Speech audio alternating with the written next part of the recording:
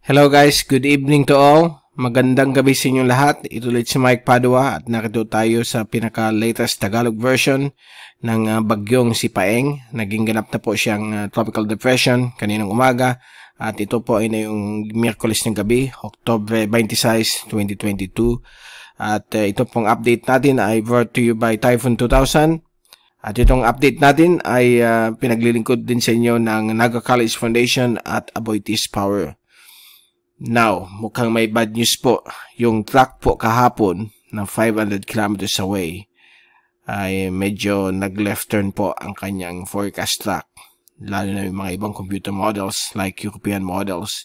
At pinapakita na yon sa pinaka-latest, okay, na dadaanan po ang coastal waters ng Catanduanes, Partido District, from Caramoan, Garcia-Torena, Siruma, at yung coastal waters din ng Camarines Norte, kasama po dyan ang Daet. Okay? Binsons, Paracale, so lahat ng mga towns facing the Philippine Sea. Maganda po tayo dahil po ang European model ay medyo pinapa-left turn talaga. Okay?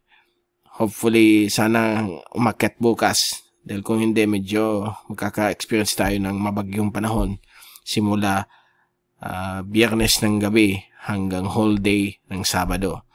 That's roughly 2 days from now. Okay? Let's hope and pray na hindi po siya lumakas kasi na yun medyo sira pa yung kanyang sirkulasyon. But ang dahilan po kung bakit sira dahil po nagkakaroon po ng malakas na moderate to malakas na upper level winds mula sa Hilagang Kanluran at Kanluran na kung saan lahat ng ulap niya ay napunta doon sa right at southern part ng kanyang circulation sa may baba niya.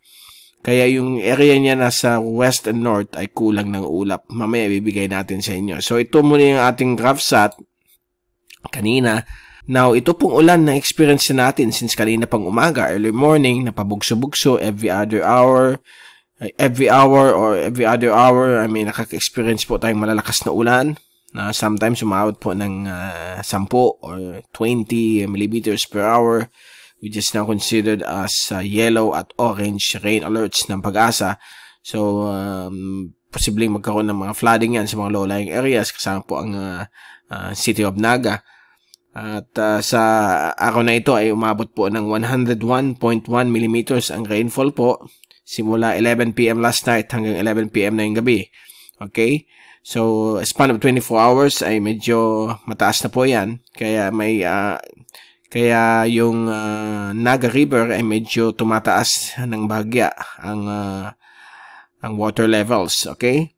At susubaybayan natin ito dahil po marami pa rin mga kaulapan, mga thunderstorms nagde-develop habang dumadaan po sa Kabikulan na dala nitong shear line at tinutulungan din ng medyo bumababa na hanging amihan.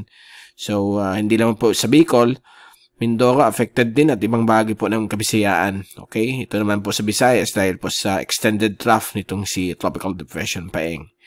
So, nakita nyo dito, kita nyo itong ulap niya, dito lang yung ulap niya. But dito ay devoid because nga may upper level winds. But later on, papakita namin sa inyo yung latest satellite nighttime animation. Mukhang kumakapal na yon. So, nakakatakot po itong system na ito. So, let's hope and pray na hindi po siya magkaroon ng rapid intensification. Ito po yung fast animation. So, nakikita po ninyo yung stationary cloudiness na habang dumadaan po sa Bicol, mayroon pa na bagong nagpo-form at nagbibigay ng mga thunderstorms, malalakas na ulan dito po sa Rion, Bicol. At ibang bahagi naman po ng Mimaropa at dito rin po sa Visayas. Okay, so ito na po yung bagyo. Pansinin nyo, nagde-develop na, medyo nagkakaroon po ng additional cloudiness. Okay, nagka-appear na po dito. So, nagkakaroon na po ng appearance ng mga cloudiness sa may northern at northwestern quadrant ng kanyang sirkulasyon. So, a sign na humihina na po yung wind shear and there's a possibility na lalakas po ito bilang isang tropical storm sa loob ng 24 oras. So, ito po yung zoom in. So, makikita ninyo, pag plinay natin itong 6-hourly loop, makikita po ninyo via infrared itong mga malalakas na thunderstorms na dumadaan sa Kabikulan. Hindi pa po ito part ng bagyo kasi akala nila part na po ito ng bagyo, mga kababayan natin dito sa Bicol. ano lang po ito, shear line, or yung tinatawag nating tail end of a cold front. Yan yung dating name, naging shear line na yun. And then, may kasama pong amihan. Kaya medyo hindi masyado mainit na yon, medyo malamig ng konti ang ating hangin. Okay? Ang wind gust naman po dito sa ating weather station, sumabot lamang po ng 40 o 50 kph ang pinakamataas. At balikan natin sa night vision mode. Ayan po, ito po yung sirkulasyon ng bagyong si Paeng.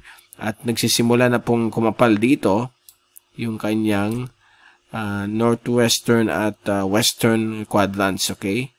So, most likely, hopefully, sana hindi po matuloy, okay? Dahil medyo alarming po itong bagyong ito, lalo na po kung within 2 days na lang.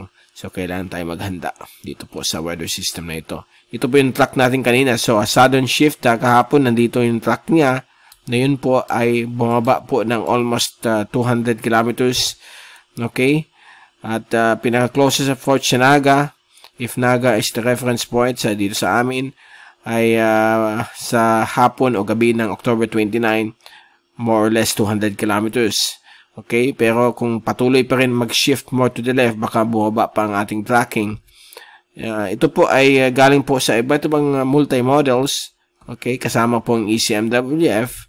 At papakita natin sa inyo ang pinaka-latest na yon na hindi natin nagamit dito sa pag-track nito. At medyo, yun nga, sabi ko kanina sa intro, namimilig ko po ang coastal areas po ng Partido, Northern Catanduanes at Camarines Norte.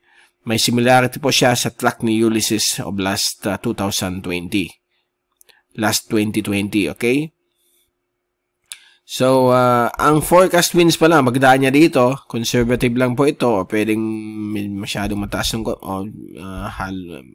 at medyo mataas ang kanyang winds, ay dahil po sa possibility of rapid intensification po dito, yung extreme rapid intensification, dahil mainit po dito sa karagatan ng east of Bicol at east of Luzon. Kasi matagal na rin walang dumadaan po dito yung tropical cyclone na bagyo. Kaya ang forecast, magiging minimal typhoon po siya, 120 sa October 29, October 30, 140, then maglalandfall po sa may coastal areas ng Isabela, malapit sa may Palanan Bay. At yan po ang tracking kung i-zoom natin. So yan po ang pinapakita ng ating track. But yung ECMWF, mukhang dito po siya. Okay, pag ganyan. So mag-exit. Ang GFS naman po ay medyo packet din. At yung iba, pag model naman po, medyo magkahaya. Ang ibang computer models naman po ay medyo magkahawig sa track ng GFS. Ang iba naman sa ECMWF. So, yan po ang scenario. Kaya nasa cone of uncertainty in Bicol dahil a sudden shift to the south ay medyo delikado po tayo. Okay? At as of this time, nasa 60 to 70% na po ang ating strike probability sa Bicol. So, kung hindi na po siya mag-shift pa papuntang Bicol, dito lang yung track niya, baka forever rin tayo nasa 60 to 70, then later on, ibababa yung percentage ng strike probability. Okay? So, yan po, medyo kakatakot ng bagya. Now, ito yung computer model ng European. Yan po, makita ko sa inyo kung bakit, yan, dadaan po siya morning ng Sabado sa may northern tip of Catanduanes. At it will pass also dito sa may coastal waters po ng Caramoan, Garcitoren at Siroma. So mag-ingat po tayong lahat dahil sa possible storm surge at dito rin po sa may mouth ng San Miguel Bay. Ay medyo namimilig ko rin kayo sa possible na pagtaas ng coastal waters, ang tubig sa may coastal waters. Okay, yung tinatawag nating storm surge dahil po may posibilidad lang po. But dito, mukhang may na lang po, tropical storm, severe tropical storm.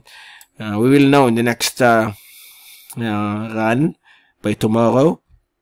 And in the afternoon, tomorrow afternoon din, kung saan talaga siya final dadaan.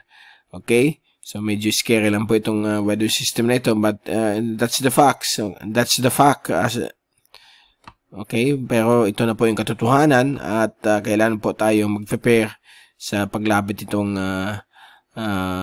bagyong ito. Okay? And also dito sa may mga kababayan natin sa Northern Quezon, Aurora, Isabela, Cagayan, the rest of Cagayan Valley ay mag-ingat po tayo dahil po may posibilidad magtawid ng Luzon.